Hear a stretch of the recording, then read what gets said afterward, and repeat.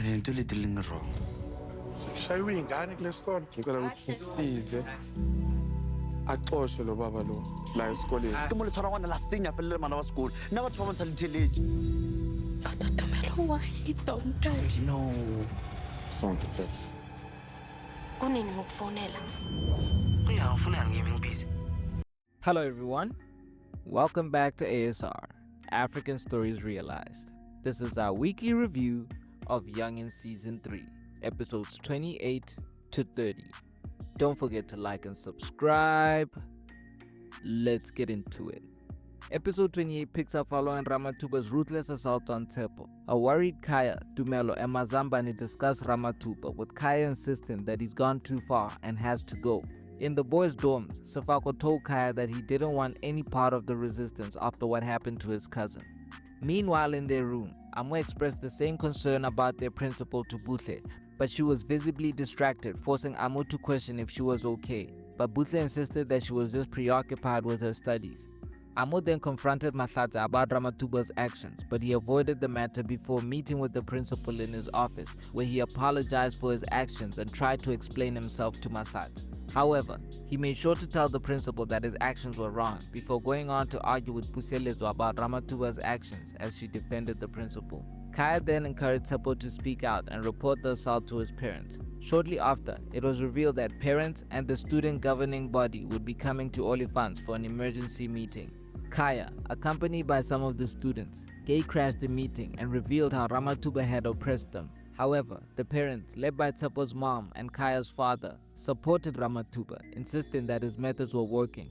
Meanwhile, Buhle asked Mahlatse for a permission slip, but he refused. She then asked Dumelo to get himself a permission slip before sending him to go and buy her a pregnancy test. Dumelo returned and waited outside the girl's bathroom for Buhle as she took the test. The episode ends with Buhle breaking into tears as she checks the results of her pregnancy test. Episode 29 picks up with Dumelo questioning what the results of Buhle's pregnancy test were.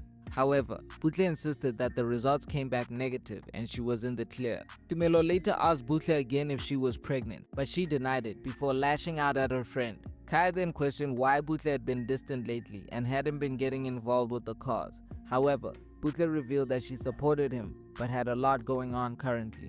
Khaya then called a meeting with the students to try and rally their support against Ramathuba one more time, but they were reluctant to rebel after the principal's assault on Tepo, even suggesting that he brought it upon himself.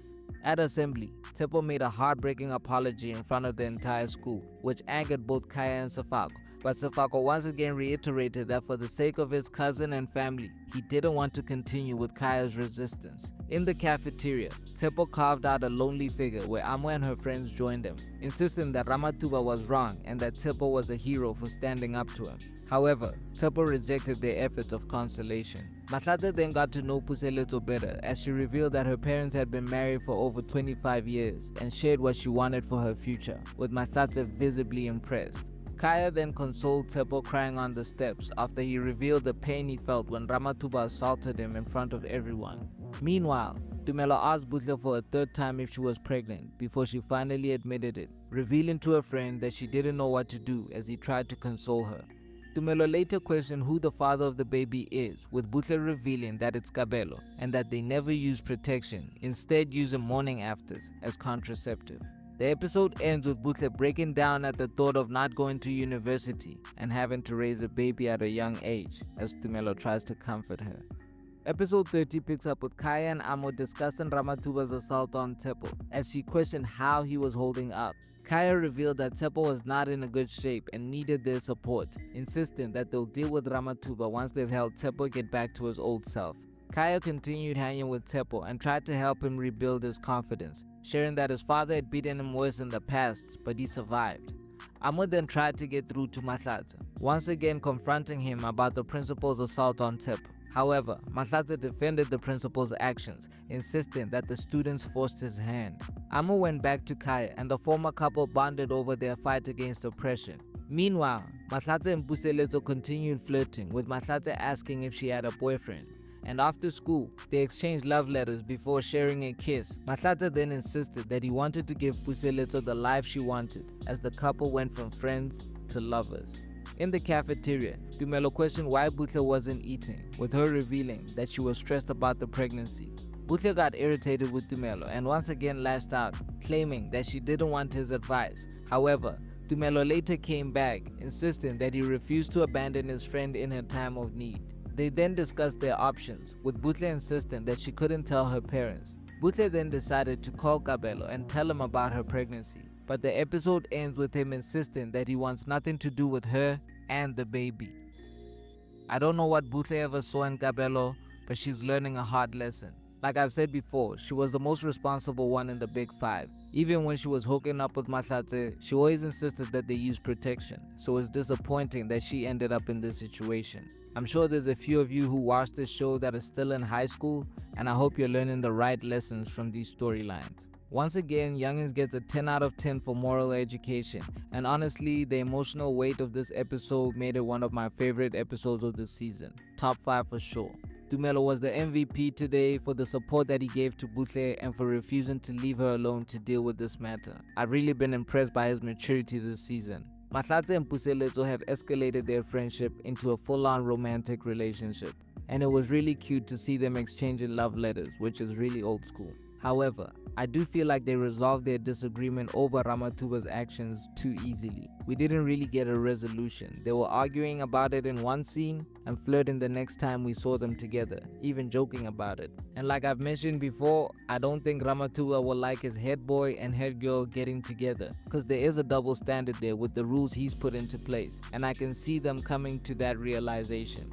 Mahlatse really had no time for Amo. He pushed her away so hard she fell right into Khaya's lap, and it looks like they found something in common, which is their dislike for injustice. And with Buhle being emotionally unavailable because of her pregnancy, it may have turned Khaya's attention back to Amo. Mahlatse's mom was visibly disturbed with the allegations against Ramathuba, so she might actually convince him to have a change of heart.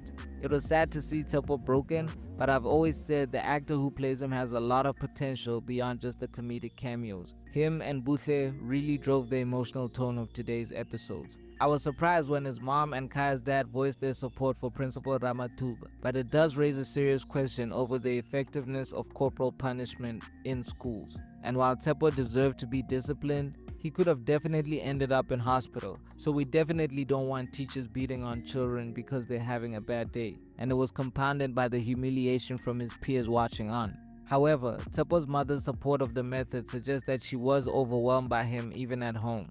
Khaya took Tepo under his wing as they connected over their beatings in school, but I feel like it marginalized Sefako as a cousin while making Khaya look really good, even though this is all his fault.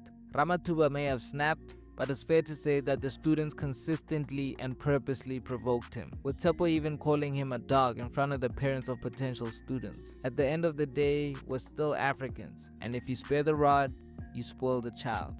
Khaya is a very hard character to read, but I have to agree with some of you in the comments who've been calling him selfish. Even the way he spoke to his mother was not cool, because how does he know she doesn't get her fair share of abuse, especially when he's away at school? And I think it was just wrong of him to emotionally guilt trip her like that. There's 15 episodes left in the season.